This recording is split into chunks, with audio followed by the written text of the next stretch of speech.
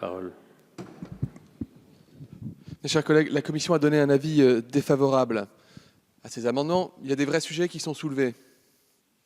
On peut ne pas avoir la même lecture, on peut ne pas être forcément une forme de prédicateur de l'apocalypse de la sécurité sociale, et en même temps se poser légitimement la question de savoir quelle est l'évolution à venir de la place de chacun des acteurs dans le financement de la protection sociale. Nous avons eu M. Quatenès en commission, on a abordé ce sujet.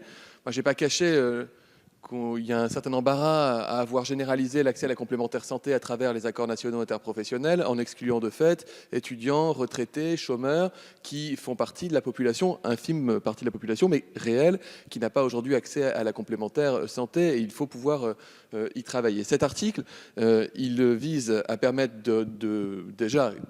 De quoi parle-t-on quand on parle de forfait médecin traitant? Parce que c'est ça dont on parle dans cet article. Le forfait médecin traitant, c'est par exemple permettre de valoriser davantage des consultations longues, comme les consultations pour les personnes âgées qui sont en affection longue durée, par exemple, ou alors la gestion du dossier patient dans le cadre des rémunérations sur objectifs de santé publique. Donc le fond de l'article n'est pas discutable. La participation des complémentaires, elle doit se faire demain, dans l'idéal, par voie conventionnelle, à travers un accord conventionnel. Faute d'accord, et c'était quelque chose qui avait été prévu par l'ancien gouvernement, il était acté que c'est le législateur qui interviendrait pour pouvoir obtenir ce financement. Ça n'enlève rien au débat sur la place de chaque acteur, et vous savez que là-dessus, il n'y a pas de tabou, il faut pouvoir y réfléchir.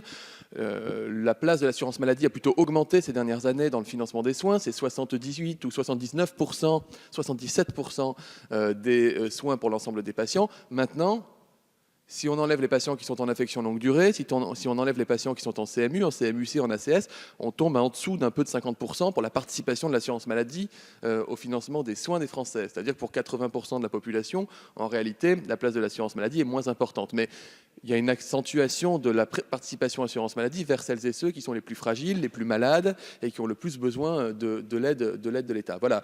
Ensuite, sur les frais des complémentaires, là aussi, on pourrait ouvrir un volet et on a beaucoup d'amendements à examiner, donc je ne veux pas mettre davantage le pied dans cette question-là, mais sachez que les primes des complémentaires santé évoluent à la hausse de toute façon continuellement depuis un certain nombre d'années. Elles sont passées de 5,45 milliards à 7,15 milliards juste entre 2010 et 2016. C'est une évolution qui est continuelle et qui ne relève pas pour la majeure partie de cet article ou même d'une participation accrue des complémentaires santé, puisque, on l'a dit tout à l'heure, la participation des complémentaires au financement des soins est plutôt en stagnation, voire en léger recul. Donc voilà, il ne faut peut-être pas tout mélanger. Là, sur cet article, il n'y a honnêtement pas de difficulté majeure. Donc la Commission a donné un avis